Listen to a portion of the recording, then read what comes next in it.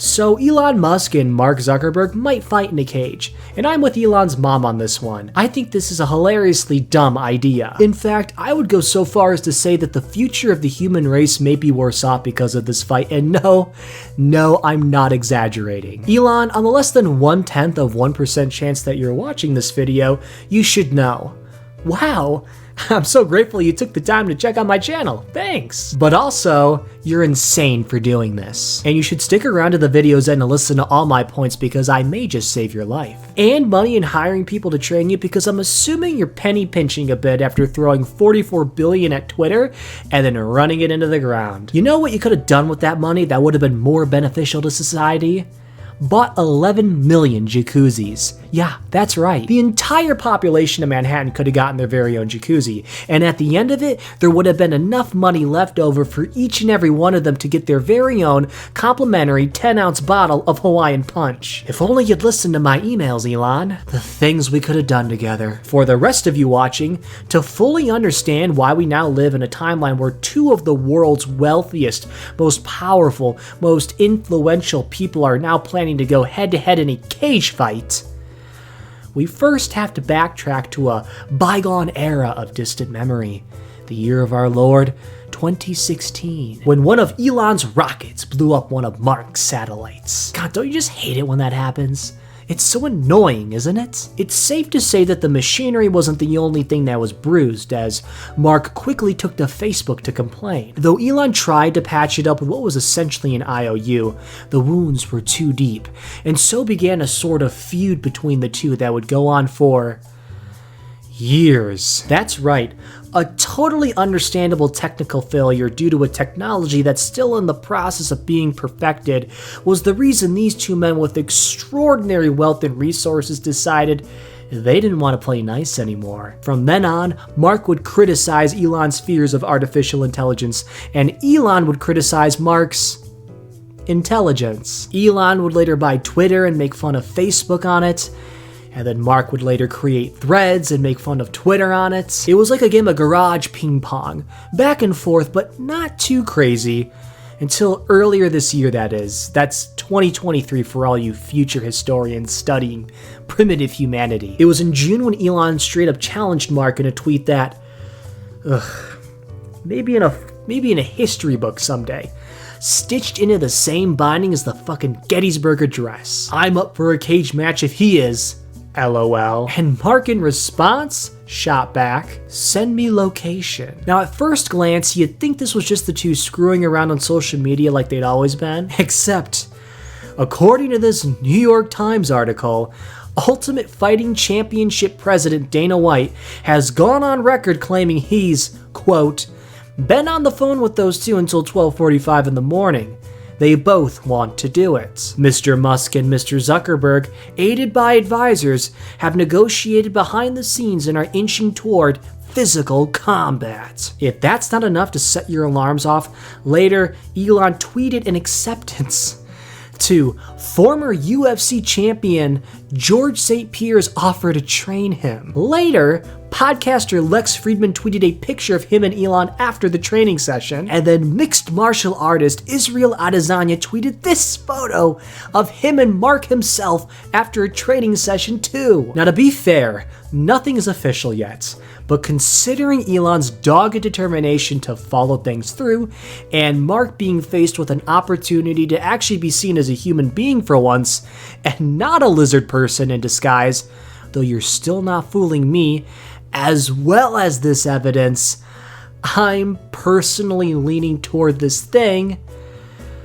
actually happening, and I hate it. I hate it because this whole spectacle Elon and Mark are putting together is going to be the biggest, stupidest distraction since fidget spinners. Does anyone remember when Elon Musk was best known for wanting to get people to Mars, and for being a real-life Tony Stark, and how his company's technologies were advancing the world toward a greener, more sustainable future? Before the dark times? Before Twitter? Oh wait, that's right, I'm sorry. It's X now. Well, these days Elon's less a Tony and more a Thanos, it seems, and now he's able to snap money, iconic tech brands, and his own free time out of existence at a whim. But therein lies a problem. If Elon's efforts are going into training for a cage match so he can leave with his spine intact, his focus on building muscles so he can stand a chance against a blue belt in Brazilian Jiu-Jitsu, how's he, I don't know, gonna get his company to land people on Mars by the end of the decade? It's like it's toward the bottom of his to-do list now. Ensure humanity's survival is now below show Mark who's really the top chihuahua. And meanwhile, Earth just experienced its hottest month on record.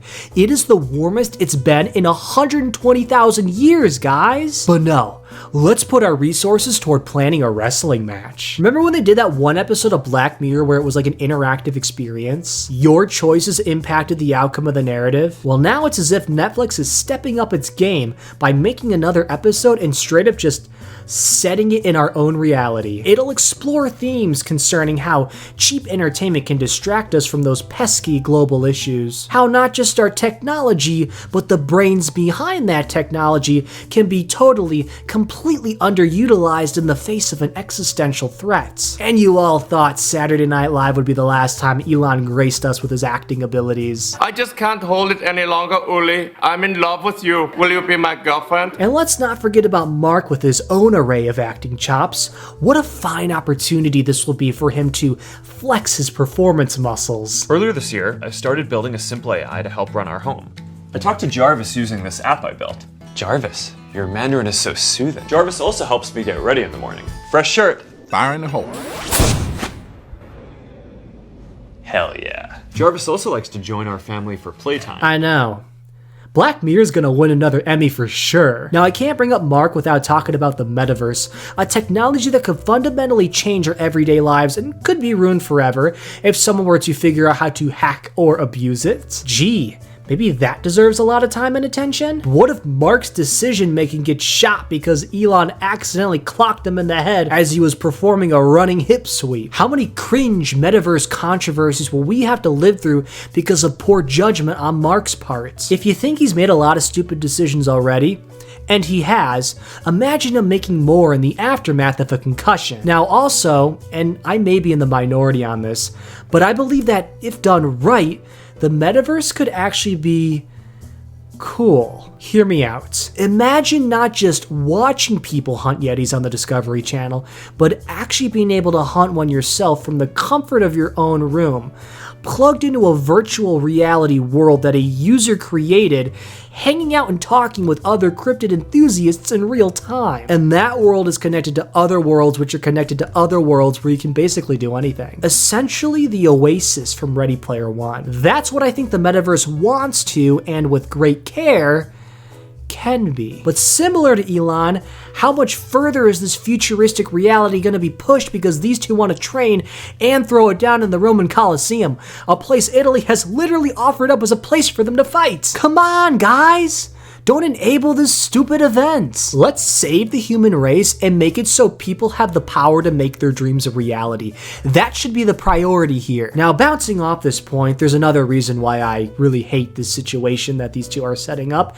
And it's because if you think about it, if you really think about it, the whole fight's kind of pointless. According to Forbes, Elon Musk has a net worth of $239.9 billion, making him the richest person in the world.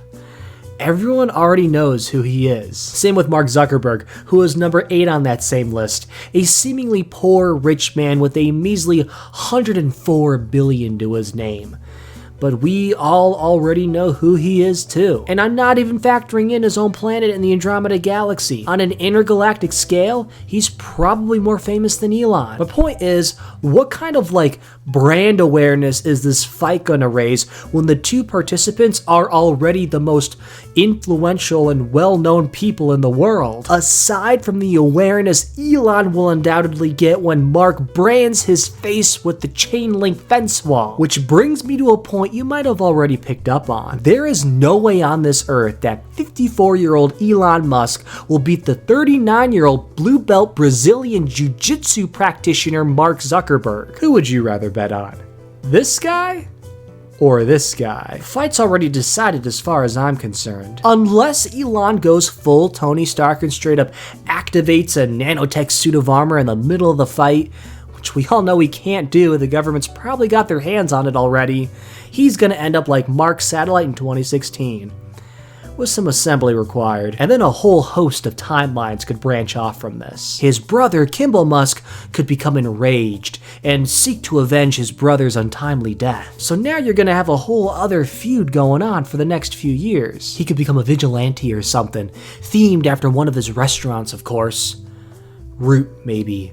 Like Groot, except named after his restaurant, Square Roots. After their conflicts escalate and Mark reveals himself to be the lizard man he really is, he might need to assemble an even bigger team of billionaires to take on the rest of his race as they, step from the shadows and proceed to invade humanity, because what's the point in hiding anymore? Bill Gates, Warren Buffett, Jeff Bezos, they could all become the Gatekeeper, the Warrenator, and Captain Cranium, respectively. Like an Earth's mightiest old rich white people type thing. I know. It sounds stupid as hell, but nothing I said is scientifically impossible. In fact, should we live in a multiverse, that reality does exist out there somewhere. It could even theoretically manifest from this one. Do we really want to take that chance? Now, I know what most of you are probably thinking. Nick, I don't care about any of the potential consequences because it'll just be so cool to watch. It's a once-in-a-generation kind of fight. No one will ever be stupid enough to attempt something like this again, so let's enjoy the combat. And to that I have to say, just be patient. Because AI. A while ago on this channel, we talked about a little something called AI-generated commercials, which, to recap, are commercials that have been generated by artificially intelligent programs. They are considered by some to be the precursors to movie-length creations generated by AI using photorealistic avatars, capable of adjusting themselves to your expectations in real time. Basically, whatever you want to watch, AI will be able to create and stream it to you on demand. No physical people required. Say you want to see Elon Musk win in the Roman Colosseum, you could do that. Hell, you could even make it a period piece and actually set it a couple thousand years ago. But why stop there? You want to see Mark Zuckerberg wrestle a Sasquatch while riding on a Mothman? AI could generate that as well. Listen guys, we could potentially see stuff even cooler than this.